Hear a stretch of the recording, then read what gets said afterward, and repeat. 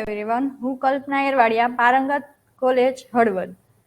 આજે આપણે ડિસ્કસ કરીશું TYBSc માઇક્રોબાયોલોજી સેમેસ્ટર 5. તમારે સેમેસ્ટર 5 માં ટોટલ 3 પેપર આવશે, બરાબર? 501, 503 અને 503. એમાંથી જે 503 પેપર જે છે એ છે molecular biology and bio engineering. એના વિશે આજે આપણે ચર્ચા કરીશું. હવે સૌથી પહેલા તો આપણે આજે પેપરનું ટાઇટલ જે છે molecular biology and bio engineering, એનો મિનિંગ સમજી લઈએ. મોલેક્યુલર બાયોલોજી કોને કહેવાય? તો કે બાયોલોજીની એવી બ્રાન્ચ કે જેની અંદર બાયોમોલેક્યુલ્સની સ્ટડી કરવામાં આવે છે, જેમાં બાયોમોલેક્યુલ્સના સ્ટ્રક્ચર, એના ફંક્શન, એના વિશેની સ્ટડી કરવામાં આવે છે, એને કહેવામાં આવે છે molecular biology. And second terminology છે bio engineering. Bio engineering means એન્જિનિયરિંગની એવી બ્રાન્ચ છે જેમાં બાયોમોલેક્યુલ્સની સ્ટડી કરવામાં આવતી હોય છે, જેને આપણે જીનેટિક્સ એન્જિનિયરિંગ તરીકે પણ ઓળખતા હોય છે, એને કહેવામાં આવે છે બાયો એન્જિનિયરિંગ. હવે આ સબ્જેક્ટની અંદર તમારે ટોટલ 5 યુનિટ્સ આવશે, બરાબર? એમાંથી સૌથી પહેલું યુનિટ છે the history and concept of genetics. ત્યાર પછીનું સેકન્ડ જે યુનિટ છે એ છે gene expression and regulation. Unit number 3 છે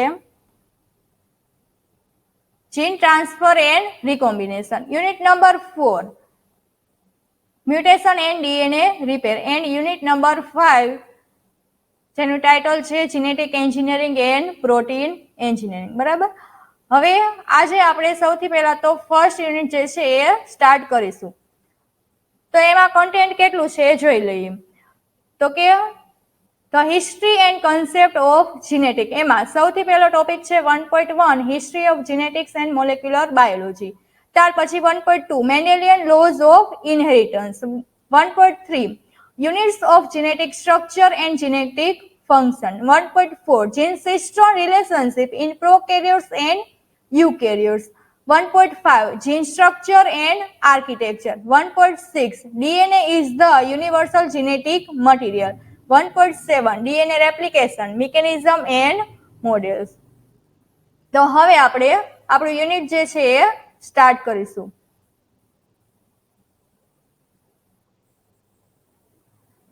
chapter 1 history and concept of genetics. તો હવે સૌથી પહેલા તો જીનેટિક્સ કોને કહેવાય? Genetics is the study of genes, genetic variation and heredity in living organism. શું કરવામાં આવે છે જીનેટિક્સમાં? તો કે જીન્સની સ્ટડી કરવામાં આવે છે, જીનેટિક વેરિએશનની સ્ટડી કરવામાં આવે છે. જીનેટિક વેરિએશન મતલબ કે જુદી જુદી જે સ્પીસીઝ હોય છે એ એકબીજાથી એના જીનેટિક મેકઅપને લઈને અલગ પડતી હોય છે. એના ડીએનએની જે ચેઇન જે હોય છે એની અંદર ન્યુક્લિયોટાઇડ્સની જે અરેન્જમેન્ટ હોય છે એને લઈને ડિફરન્ટ હોય છે, એને કહેવામાં આવે છે genetic variation. And heredity in living organism મતલબ કે હેરિડિટીનો મિનિંગ થાય આનુવંશિકતા અથવા તો ઇનહેરિટન્સ. જે આનુવંશિક લક્ષણો જે પેરેન્ટ્સમાંથી એની નેક્સ્ટ જનરેશનની અંદર જે ટ્રેસ ઉતરી આવતા હોય છે એની અંદર કેવો ડિફરન્સ જોવા મળે છે અને કેવા ટાઈપના ટેસ્ટ જોવા મળતા હોય છે એને કહેવામાં આવે છે હેરિડિટી. તો જીનેટિક્સ શું છે? તો કે જેની અંદર જીન્સની સ્ટડી કરવામાં આવે છે, જીનેટિક વેરિએશનની સ્ટડી કરવામાં આવે છે અને હેરિડિટીની સ્ટડી કરવામાં આવે છે. ધ ઓરિજિન ઓફ જીનેટિક્સ લાય in the development of theories of evolution. હવે જે જીનેટિક્સની ઓરિજિન જે છે શેના ઉપર ડિપેન્ડન્ટ છે? તો કે ઇવોલ્યુશનની થિયરી જે છે એના ઉપર. ઇવોલ્યુશન મતલબ કે ઉત્ક્રાંતિ. ઉત્ક્રાંતિની જે થિયરી જે છે એના ઉપર જીનેટિક્સ છે એ ડિપેન્ડ છે. It was in 1858 that the origin of species and how species variability was developed after the research work of Charles Darwin and Wallace.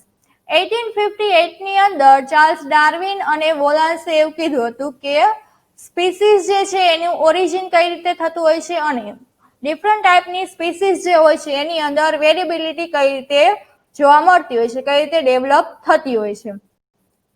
They described how new species arose via evolution. એમને શું describe કરેલું હતું? તો કે નવી species જે છે એ evolution દ્વારા કઈ રીતે અરોઝ થાય છે. And how natural selection occurred to evolve new form.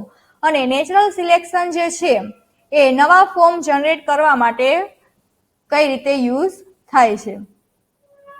They, however, did not know the role of genes had to play in the phenomenon. એ વખતે એમને એ ખબર નહોતી કે જીન્સ જે છે એ ફિનોમિનન જે છે એનો રોલ આની અંદર શું છે. અરાઉન્ડ ધ સેમ ટાઈમ, એ જ વખતે Gregor Mendel and Australian મંક, Gregor Mendel જે છે એ કોણ હતા તો કે ઓસ્ટ્રેલિયનમાં મંક મતલબ કે એક ચર્ચની અંદર એક પાદરી હતા. સમરાઇઝડ his years of research on peas in his famous publication. એમણે ઘણા બધા એક્સપેરિમેન્ટ કરેલા હતા પીઝના પ્લાન્ટ ઉપર અને એમના ઘણા એપ્રોક્સિમેટલી 7 years જેટલું રિસર્ચ કરેલું અને ત્યાર પછી એમણે એમનું પબ્લિકેશન જે છે એમનું પેપર જે છે એ પબ્લિશ કરેલું હતું. એ પેપરની અંદર એમણે શું ડિસ્ક્રાઇબ કરેલું હતું? In that paper he described the unit of heredity as a particle that does not change. એમના પેપરની અંદર એમણે એવું સમજાવેલું હતું કે હેરિડિટી જે છે એનો એક યુનિટ છે કે જે ચેન્જ થતો નથી. This was in contrast to the prevailing blending theory of inheritance. આ જે છે એ બ્લેન્ડિંગ થિયરી જે હતી ઇનહેરિટન્સની એની સાથે સંકળાયેલું હતું. Equally important, Mendel formalized the importance of developing pure मतलब के genotypically homozygous lines, keeping careful notes and statistically analysing the data. મેન્ડલે જે ડિસ્ક્રાઇબ કરેલું હતું એની અંદર આપણે મેથેમેટિકલી પણ જે ડેટા જે છે એનું એનાલિસિસ કરી શકીએ અને હોમોજાઇગસ જે છે એનું એકબીજા સાથે રિલેશન કઈ રીતે હોય છે એ પણ સમજાવેલું હતું. His approach of crossing individual, એમને કયો અપ્રોચ યુઝ કરેલો હતો તો કે ઇન્ડિવિજ્યુઅલ જે સ્પીસીસ જે હોય એની અંદર ક્રોસિંગ ઓવર કરાવવાનો વિથ વેરિયેબલ ફિનોટાઇપ્સ. કઈ રીતે તો કે જેના ફિનોટાઇપ્સ જે છે એ ડિફરન્ટ હોય and following them in successive generation is still the only approach utilized to understand the genetic inheritance of a trait. Phenotypes મતલબ કે આઉટવર્ડ અપિયરન્સ, કોઈ પણ ઇન્ડિવિજ્યુઅલ હોય કોઈ પણ સ્પીસીસ હોય એ બહારથી કેવી દેખાય છે એમ અને એના જે અલગ અલગ લક્ષણો જે બે સ્પીસીસમાં જોવા મળતા હોય એનું ક્રોસિંગ ઓવર કરાવેલું અને ત્યાર પછી નવી જે નેક્સ્ટ જનરેશન પ્રોડ્યુસ જે થાય એની અંદર કેવા ટ્રેડ જોવા મળે છે એના કેરેક્ટર્સ કેવા છે એની સ્ટડી કરેલી હતી. Others in his century were concluding that statistical approaches to biology would help solve problems in biology and inheritance. ત્યાર પછી બાયોલોજી અને ઇનહેરિટન્સની અંદર એમના જે સ્ટેટિસ્ટિકલ અપ્રોચ જે આપેલા હતા એ પણ ઘણા બધા હેલ્પફુલ થયેલા છે. Consequently, Gregor Mendel is known as the father of genetics.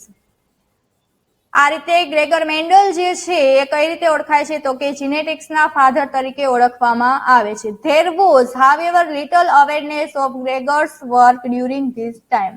ગ્રેગરે જે વખતે એમનું વર્ક કરેલું હતું એમના પેપર પબ્લિશ કરેલા હતા એ વખતે એટલી બધી અવેરનેસ નહોતી એમના વર્ક વિશે, બધાને ખબર ન હતી.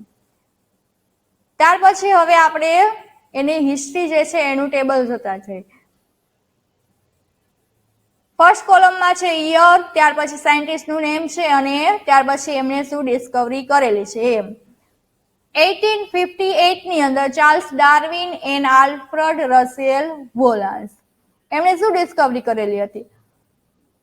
These scientists jointly announced the theory of evolution via natural selection. Natural selection દ્વારા સાયન્ટિસ્ટ જે છે એમને શું કરેલું હતું તો કે ઇવોલ્યુશનની થિયરી જે છે એ આપેલી હતી. Darwin, an upper-class Englishman, had lectured about the topic, but it took the insistence of Bolans, a commoner who independently realized the same concept, for him to publicly state the theory.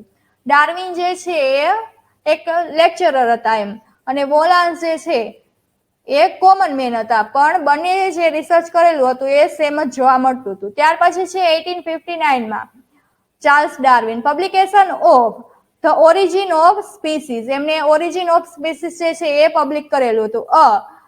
ટ્રીટાઇઝ મતલબ કે એનું article જે હતું એને કહેવામાં આવે છે ટ્રીટાઇઝ. that formally outlined the theory of evolution via natural selection. એની અંદર ડિસ્ક્રિપ્શન છે એનું આપેલું હતું તો કે નેચરલ સિલેક્શન દ્વારા જે ઇવોલ્યુશન થયેલું હોય એની થિયરી જે છે એ સમજાવેલી હતી. 1859 માં Gregor Mendel the concept of particulate મતલબ કે જીન જે છે એનો કન્સેપ્ટ એમને સમજાવેલો. Particulate inheritance was establish the laws of segregation and independent assortment. એમને સેગ્રીગેશન અને ઇન્ડિપેન્ડન્ટ અસોર્ટમેન્ટ જે છે એનો લોઝ જે છે આપેલા હતા. સેગ્રીગેશન મતલબ કે વિશ્લેષણ અને ત્યાર પછી મુક્ત વિશ્લેષણના જે નિયમો જે હતા એ એમને આપેલા હતા. Were demonstrated the publication is entitled experiment in plant hybridisation and outlined the famous pea experiment. એમણે જે પબ્લિકેશન જે આપેલું હતું એનું ટાઇટલ શું હતું તો કે એક્સપેરિમેન્ટ ઇન પ્લાન્ટ હાઇબ્રિડાઇઝેશન. બરાબર, પ્લાન્ટની અંદર એમને જે એક્સપેરિમેન્ટ કરેલા હતા હાઇબ્રિડાઇઝેશન દ્વારા મતલબ કે એમની વચ્ચે ક્રોસ કરાવીને. And outlined the famous pea experiment. Outline મતલબ કે એમાં એમને ડીપલી શેના ઉપર સમજાવેલું હતું તો કે પી જે છે વટાણાના જે છોડ જે છે એની અંદર એક્સપેરિમેન્ટ કરેલા હતા એ એમને સમજાવેલા હતા. 1866 માં અર્ન્સ્ટ Haeckel proposes the idea that the hereditary material resides in the nucleus. અર્ન્સ્ટ હેકલે શું કીધેલું હતું તો કે એવો આઈડિયા આપેલો હતો કે હેરિડિટરી જે મટીરિયલ જે છે શેની અંદર આવેલું હોય છે તો કે ન્યુક્લિયસની અંદર. બરાબર, જે સેલ હોય છે એનું જે ન્યુક્લિયસ જે હોય છે એ ન્યુક્લિયસની અંદર હેરિડિટરી મટીરિયલ જે છે એ પ્રેઝન્ટ હોય છે. ત્યાર પછી 1871 માં ફ્રેડરિક મિસેચર એમણે શું કીધેલું હતું તો કે the term nuclein is used for the material found inside. એમને જે ટર્મ જે છે ન્યુક્લિન એ યુઝ કરેલી શેના માટે તો કે મટીરિયલ જે છે એ સેલની અંદર જે જોવા મળતું હોય ન્યુક્લિયસની અંદર જે મટીરિયલ પ્રેઝન્ટ હોય એના માટે એમને ન્યુક્લિન જે છે એ વર્ડ યુઝ કરેલો હતો. Further experiment revealed nuclein consisted of a nucleic acid and protein. એમને ત્યાર પછી 1874 માં આગળ જે એક્સપેરિમેન્ટ કરેલા હતા એમાં શું કીધેલું હતું તો કે ન્યુક્લિન જે છે એની અંદર ન્યુક્લિક એસિડ અને પ્રોટીન જે છે એ આવેલા હોય છે. ત્યાર પછી 19th સેન્ચુરીમાં Charles Correns, Hugo de Vries, Erich von Tschermak. Mendel's work is rediscovered independently. એમને શું કરેલું હતું તો કે મેન્ડલ્સે જે વર્ક કરેલું હતું એમને ફરીથી અલગ રીતે રીડિસ્કવર કરેલું હતું. De Vries and Correns were experiment similar to those of Mendel and arrived at similar result. De Vries અને કોરેન્સ જે છે એને એક્સપેરિમેન્ટ જે કરેલા હતા એ મેન્ડલના એક્સપેરિમેન્ટના સેમ જ હતા અને રિઝલ્ટ પણ એમનું સેમ જ જોવા મળે છે. Once they read Mendel's paper they recognize it prominence and make the world aware of it. એક વખત તે જે મેન્ડલે પબ્લિક કરેલા આર્ટિકલ જે છે એ રીડ કરે છે અને ત્યાર પછી જે છે એને અવેર કરાવે છે એમ. ત્યાર પછી 1902 માં C મેકલંગ the concept that specific chromosomes are responsible for determining sex in a number of animals is presented. એમને શેનો કોન્સેપ્ટ આપેલો હતો તો કે સ્પેસિફિક ક્રોમોઝોમ જે છે શેના માટે રિસ્પોન્સિબલ છે તો કે સેક્સ માટે રિસ્પોન્સિબલ છે. ત્યાર પછી 1902 માં Walter સટન, થેડર બોવરી. Within a specific species, each chromosome is described as having unique physical characteristics. કોઈ પણ સ્પેસિફિક સ્પીસીઝ હોય એની અંદર જે દરેક ક્રોમોઝોમ જે છે બરાબર એમને પોતાની યુનિક કેરેક્ટરિસ્ટિક્સ હોય છે. યુનિક ફિઝિકલ કેરેક્ટરિસ્ટિક દરેક ક્રોમોઝોમ જે છે એ જુદા જુદા ફિનોટાઇપ માટે રિસ્પોન્સિબલ હોય છે. It is shown that chromosomes occur in pairs. એમણે કીધેલું હતું કે ક્રોમોઝોમ છે એ પેરમાં હોય છે. One parent contributes each member of the pair. જે પ્રોજેની જે હોય, જે નેક્સ્ટ જનરેશન હોય એની અંદર જે ક્રોમોઝોમ જે પ્રેઝન્ટ હોય છે એ પેરમાં હોય છે અને એ બંને પેરેન્ટમાંથી એક એક ક્રોમોઝોમ જે છે એમાં પ્રેઝન્ટ હોય છે. And the pairs separate during meiosis. અને આ જે પેર જે છે એ ક્યારે, તો કે સેલ ડિવિઝન થતું હોય એમાં મિયોસિસ જે છે એ વખતે સેપરેટ થતી હોય છે. Certain suggest chromosomes are a physical manifestation on which the unit of heredity resides. This came to be known as the chromosomal theory of inheritance. હવે આ શેના તરીકે ઓળખાય છે, તો કે ઇનહેરિટન્સની ક્રોમોઝોમલ થિયરી તરીકે ઓળખાય છે. ત્યાર પછી 1909 માં વિલ્હેમ જોહાન્સન, while studying seed size in common bean, it becomes apparent that the outward appearance of the individual and its genetic makeup must be clearly distinguished. એમણે સમજાવેલું હતું કે આઉટવર્ડ અપિયરન્સ જે હોય છે કોઈ પણ ઇન્ડિવિજ્યુઅલ, કોઈ પણ સ્પીસીસનું, અને એનો જીનેટિક મેકઅપ જે હોય છે એ ક્લિયરલી ડિસ્ટિંગ્વિશ મતલબ કે અલગ પડતો હોય છે.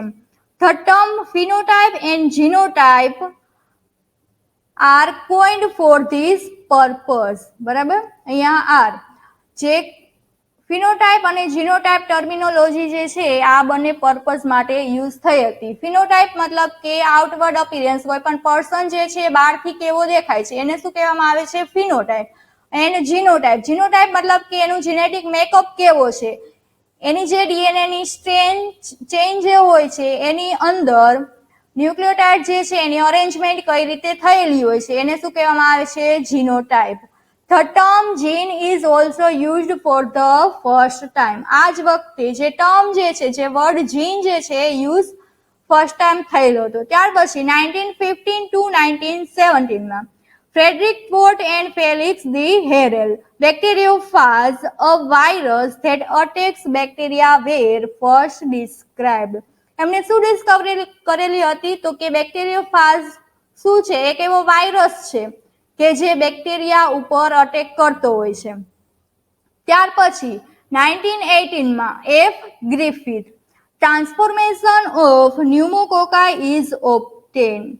એમણે શું કરેલું હતું, ન્યુમોકોકાઈ જે છે સ્પીસીસ જે છે એની અંદર ટ્રાન્સફોર્મેશન કરાવેલું હતું. This is the critical experiment that leads to the eventual discovery that DNA was the genetic material. આ ક્રિટિકલ એક્સપેરિમેન્ટ હતા અને એના દ્વારા ખબર પડે છે કે ડીએનએ જે છે શું છે, તો કે જીનેટિક મટીરિયલ છે. DNA is known as the universal genetic material. બરાબર, એ કોને ડિસ્કવર કરેલું હતું, તો કે એફ ગ્રિફિથે. ત્યાર પછી 1941 માં જ્યોર્જ બીડલ, ઇએલ ટેટમ, બેડલ અને ટેટમે શું ડિસ્કવરી કરેલી હતી, તો કે the one gene one enzyme concept is developed based on biochemical studies of Neurospora. Neurospora શું છે, તો કે Neurospora is one type of fungi, fungus છે. એ ફંગસ જે છે એના ઉપર એમને બાયોકેમિકલ સ્ટડી કરેલા, બરાબર, એક્સપેરિમેન્ટ કરેલા અને એના ઉપરથી એમને વન જીન એન્ડ વન એન્ઝાઇમનો કોન્સેપ્ટ જે છે આપેલો હતો. ત્યાર પછી 1944 માં Oswald T Avery Colin M MacLeod Maclyn McCarty, એમણે શું આપેલું હતું, તો કે extending the experiment of Griffith, it is first shown that the DNA is the genetic material. ગ્રિફિથે જે એક્સપેરિમેન્ટ કરેલા હતા એમને એના ઉપર ફર્ધર રિસર્ચ કરેલું અને ત્યાર પછી એમને પણ કીધેલું કે ડીએનએ જે છે એ જીનેટિક મટીરિયલ છે. This fact is often lost and this discovery is often afforded to Hershey and Chase. ત્યાર પછી 1950 માં હર્સી અને ચેઝે પણ આ જ પ્રકારના એક્સપેરિમેન્ટ કરેલા અને એના ઉપરથી એમણે આપેલું હતું કે ડીએનએ જે છે એ જીનેટિક મટીરિયલ છે. ત્યાર પછી 1953 માં James Watson, Francis creek, a structural model of DNA is presented that states it consists of two antiparallel chains held together by hydrogen bond. એમણે શું કીધેલું હતું, તો કે ડીએનએ જે છે એનું સ્ટ્રક્ચર કેવું હોય છે, ડીએનએ નો સ્ટ્રક્ચરનું મોડેલ એમને આપેલું હતું, તો કે એની અંદર બે એન્ટી પેરેલલ ચેઇન આવેલી હોય છે અને એ એકબીજા સાથે હાઇડ્રોજન બોન્ડ દ્વારા જોડાયેલી હોય છે. The model suggest a model of DNA replication. આ મોડેલ છે શું સજેસ્ટ કરે છે તો કે ડીએનએ રેપ્લિકેશનનું મોડેલ છે એવું સજેસ્ટ કરે છે. ઇન 1954 ની અંદર જ્યોર્જ ગેમો, it is suggested that DNA contains a code that is responsible for the production of protein. એમણે શું કીધેલું હતું તો કે ડીએનએ જે છે એની અંદર એવા જુદા જુદા કોડ આવેલા હોય છે કે જે પ્રોટીનના પ્રોડક્શન માટે રિસ્પોન્સિબલ છે. This concept supported letter research that discovered the actual code. અને આના ઉપર ત્યાર પછી ફર્ધર રિસર્ચ થયેલા અને એકચ્યુઅલ કોડ કેવા હોય છે એ સ્ટડી થયેલું. ત્યાર પછી 1957 ની અંદર Francis Crick, the central dogma of molecular biology is proposed. એમને શું આપેલું હતું તો કે મોલેક્યુલર બાયોલોજીનો સેન્ટ્રલ ડોગમા જે છે આપેલો. તો સેન્ટ્રલ ડોગમા કોને કહેવામાં આવે છે તો કે જેની અંદર રેપ્લિકેશન, ટ્રાન્સક્રિપ્શન અને ટ્રાન્સલેશન જે છે એની પ્રોસેસ જે ચેઇનમાં કઈ રીતે થતી હોય છે એ ડિસ્ક્રાઇબ કરવામાં આવેલું છે. એને કહેવામાં આવે છે central dogma of molecular biology. This is the first elucidation of the link between the sequences in the DNA molecule and the production of protein. આ શું હતું તો કે સૌથી પહેલું એક્સપ્લેનેશન એવું આપેલું હતું. ઇલ્યુસિડેશન મતલબ કે એક્સપ્લેનેશન આપેલું હતું કે જે કઈ રીતે લિંક થયેલું હોય છે તો કે એવી સિક્વન્સમાં લિંક થયેલું હોય છે કે જે આપણને સમજાવે છે કે ડીએનએ મોલેક્યુલ અને પ્રોટીનના પ્રોડક્શન વચ્ચેનું કનેક્શન કઈ રીતે છે. તો કે ડીએનએ જે છે એનું સૌથી પહેલા તો શું થાય રેપ્લિકેશન થાય, ત્યાર પછી જે છે એનું ટ્રાન્સક્રિપ્શન થાય. ટ્રાન્સક્રિપ્શન થાય એટલે ડીએનએ ની જે ચેઇન હોય એની સામે એની કોમ્પ્લિમેન્ટરી ચેઇન જે છે આરએનએ ની જનરેટ થાય, બરાબર, એનું સિન્થેસિસ થાય. હવે એ આરએનએ ની જે ચેઇન જે છે એના ઉપરથી પ્રોટીન જે છે એનું પ્રોડક્શન થાય. એમઆરએનએ જે છે એની ચેઇન જે છે એના જુદા જુદા ન્યુક્લિયોટાઇડ જે છે એના ટ્રિપ્લેટ કોડોન જે છે શેના માટે તો કે પર્ટિક્યુલર અમાઇનો એસિડ માટે રિસ્પોન્સિબલ હોય. અને આવા જ બધા જુદા જુદા અમાઇનો એસિડ જે છે એકબીજા સાથે જોડાય અને પ્રોટીન જે છે એની ચેઇન બને છે. ત્યાર પછી 1958 માં મેથો મેઝલ્સન એન્ડ ફ્યુ એફડબ્લ્યુ સ્ટાર, એમણે શું આપેલું હતું તો કે semi conservative DNA replication is proven by the use of density equilibrium centrifugation. એમને ડીએનએ રેપ્લિકેશનનું સેમી કન્ઝર્વેટિવ મોડેલ આપેલું હતું. સેમી કન્ઝર્વેટિવ મોડેલની અંદર શું હોય છે તો કે ડીએનએ જે છે એ ડબલ હેલિક્સ છે, બરાબર. એની તો કે જ્યારે રેપ્લિકેશન થાય છે એ વખતે ડીએનએ જે છે એનું ડબલ હેલિક્સ જે છે એના હાઇડ્રોજન બોન્ડ જે છે વચ્ચેથી શું થાય છે તો કે ક્રેક થાય છે એમ, એટલે બંને ચેઇન છે એકબીજાથી અલગ પડી જાય છે. ત્યાર પછી આ જે બંને ચેઇન જે છે એ એક ટેમ્પલેટ સ્ટ્રેન્ડ તરીકે વર્ક કરે છે અને બંને ટેમ્પલેટની સામે નવી કોમ્પ્લિમેન્ટરી સ્ટ્રેન્ડ જે છે એ જનરેટ થાય છે અને આવી જ પ્રોસેસ આગળ પણ થતી હોય છે. એને કહેવામાં આવે છે સેમી કન્ઝર્વેટિવ ડીએનએ રેપ્લિકેશન.